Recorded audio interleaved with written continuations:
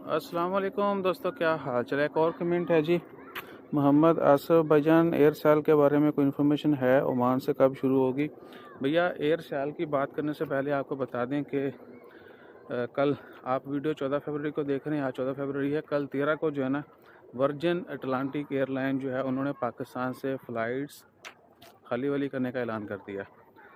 तो पाकिस्तान से जो है ना वर्जिन एयरलाइन की फ़्लाइट जो हैं वो सस्पेंड कर दी गई हैं अगले नोटिस तक, और दुआ करें कि जल्दी दोबारा बहाल हूँ। और एयर सेल की बात करें तो एयर सेल ने जीसीसी में मस्कत को लास्ट में रखा है।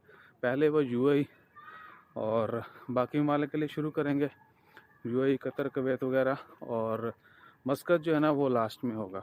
और एक्सपेक्टेड यही है, जो ट्रैवल एजेंट्स हैं वो भी यही बता रहे हैं कि उन डेफिनेटली वो भी टिकटिंग के लिए अपनी तगदो कर रहे हैं। तो उन्होंने बोला कि जी 2023 में चलेगी ज़रूर, लेकिन डेट्स या मंथ जो है ना अभी वो आना बाकी हैं।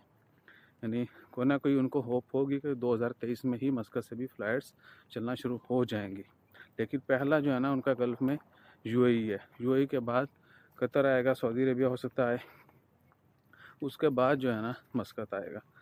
तो देखते रहिए, और जैसे गुड खबरी आती है फिर शेयर कर देंगे। तब तक आपने लाइक, शेयर, सब्सक्राइब और बाकी वीडियोस देखते रहना है। और आजकल बजट एयरलाइन जो है ना वो भैया ओमान से पीआई की टिकट सस्ती होती है, और होती है सलाम एयर की। लेकिन सलाम एयर का ये है कि वो सभी मुल्कों सभी शहरों के लिए फ़्लाइट नहीं है, और पीआईए भी जो है ना कभी कभी उनकी किसी शहर के लिए फ़्लाइट सस्ती होती, सबके लिए भी नहीं होती। तो अपना ख्याल रखिए।